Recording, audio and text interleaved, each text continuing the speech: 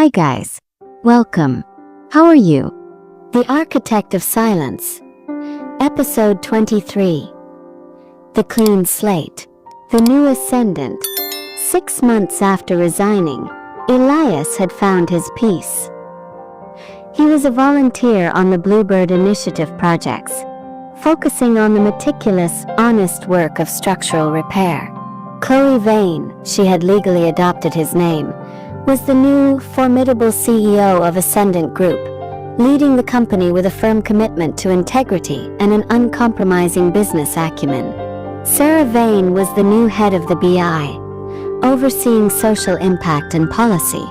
Ascendant Group, now female-led and entirely focused on ethical construction, was experiencing explosive growth. Elias's resignation had paradoxically strengthened the company's moral standing, proving its integrity was beyond a single man. Plea to Elias over the construction hum. You stripped yourself of the ego, Elias. That's why Ascendant is thriving. The company is now truly built on integrity, not on the need for vengeance. The final test of silence. Elias's biggest test of silence came from the most unexpected source. Arthur Thorne. Arthur, still imprisoned, sent a final single-page letter to Elias. A letter that was legally clean, entirely personal, and intended to draw Elias back into the fight. Arthur's letter. You won, Elias. You beat me. But Marcus is rotting in a cell, and you're a mere volunteer. You are a genius without an empire. I give you this final truth.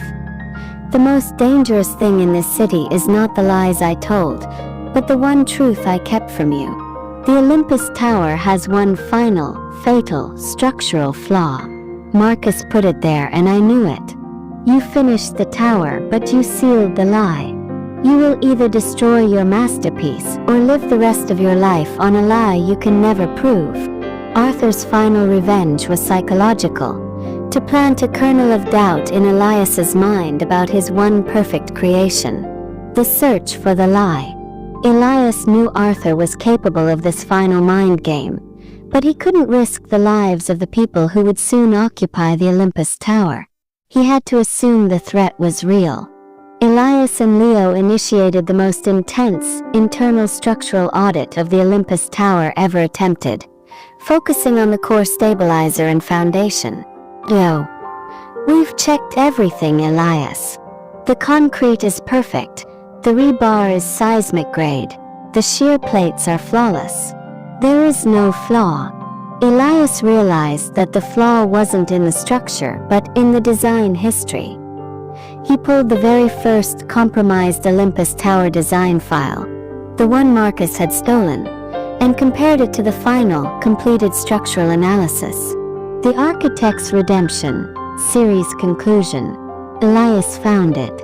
The flaw was not in the tower's current structure, but in a single buried foundation piling that Marcus had deliberately mislabeled in the early design logs. The piling was structurally sound, but it was designed to compress at a much lower threshold than the others. Marcus's genius lay in the fact that the flaw would only manifest during a once-in-a-century earthquake, or under an impossibly high, sustained pressure. It was the ultimate architectural time bomb. Elias called a closed-door meeting with Chloe and Sarah. Elias. The flaw is real. It's a single low-compression piling in the foundation. It won't fail for 100 years, but it's a lie. Arthur's right. I sealed the lie. Elias decided his final act of integrity would be to correct the flaw, publicly and immediately, regardless of the financial cost. We'll do it. We'll announce a final structural upgrade. We'll rebuild that one piling. We'll spend the money. Elias and Chloe held a final small press conference at the base of the completed Olympus Tower. Elias, standing with Chloe and Sarah, looking up at the perfect structure. We have discovered a minor long-term inconsistency in the foundation design. The Olympus Tower is safe, but integrity demands perfection. We will immediately upgrade a single foundation piling to ensure its absolute structural truth. This is not a fix. It is a promise. Our building will stand on nothing but the truth. Final scene. Elias and Chloe stand in their quiet, beautiful home, watching the city lights. The work is done. Chloe smiling, we've won, Elias. The thorns are gone. The city is safer. The tower is perfect. Elias. I know. The silence is finally complete. Elias receives one last text from an unknown number. A single black screen. True silence. He deletes it, turns off his phone, and focuses on Chloe. He is no longer the architect of silence. He is just Elias Vane, the builder. The final shot is a slow pan upward, past the perfect lines of the Olympus Tower, into the clear, silent night sky. A concrete wall. The new obstruction. 6 months into the Bluebird Initiative, BI, Elias, Chloe, and Sarah were tackling their third major project, the remediation of the Foundry District tunnels, a crucial municipal infrastructure project built on flawed materials and now prone to catastrophic flooding. This project was vital for the city's economic lifeblood, and its repair was the ultimate test of BI's credibility. Elias, now solely focused on the structural plans, realized the original tunnels weren't just shoddily built. They were designed with a deliberate structural weak point that allowed a competing developer to divert city water for their own commercial benefit. The flaw was an act of architectural treason, decades older than the Thorne family's tenure. Elias, reviewing the archived municipal permits with Sarah.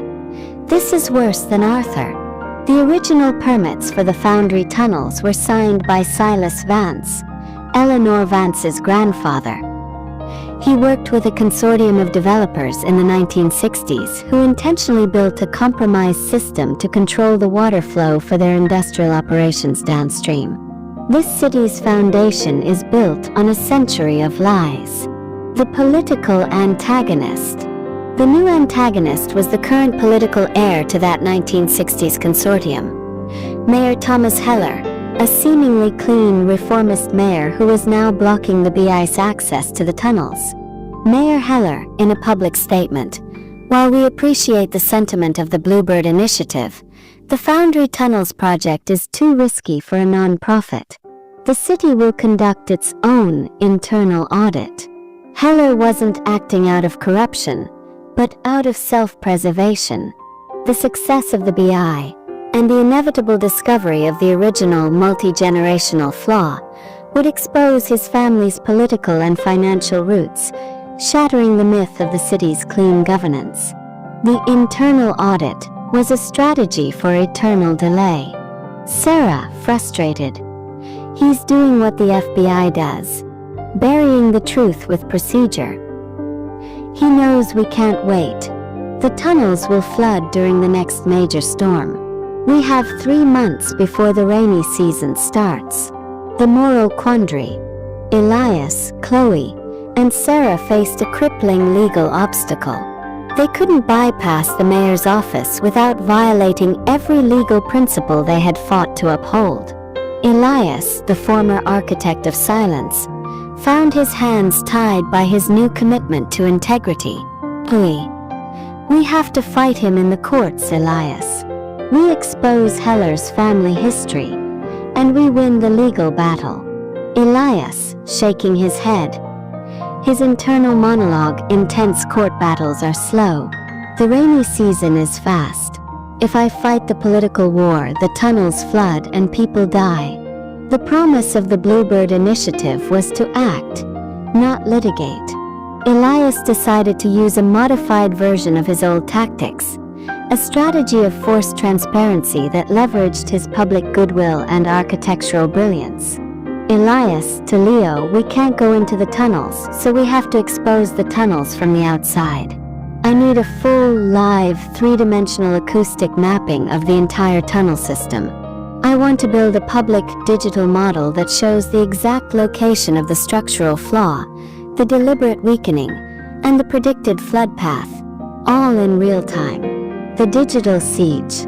Leo deployed a fleet of small autonomous drones equipped with specialized acoustic mapping software, developed with Ascendant funds, over the Foundry district.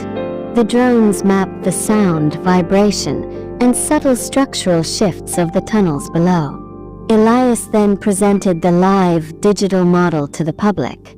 It was a terrifying holographic visualization that displayed the internal structure, highlighting the deliberate flaw and the projected date of catastrophic failure.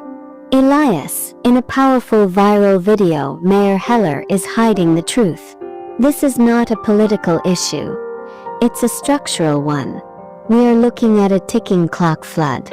My model, based on scientific data, proves the Foundry tunnels will fail in 88 days.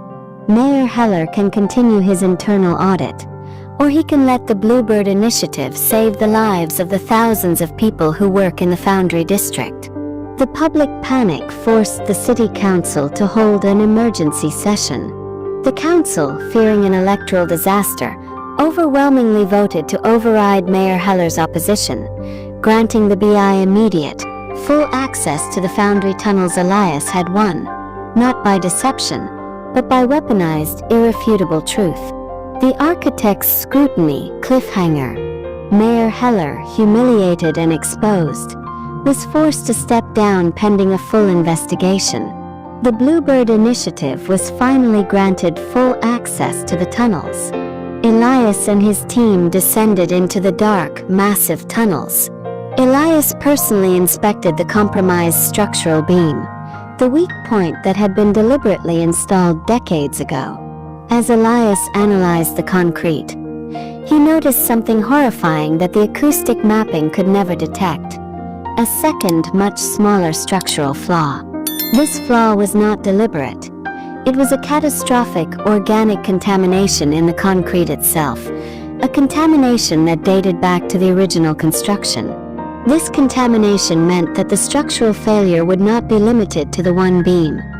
The entire Foundry tunnel network could collapse, not in 88 days, but in a matter of weeks.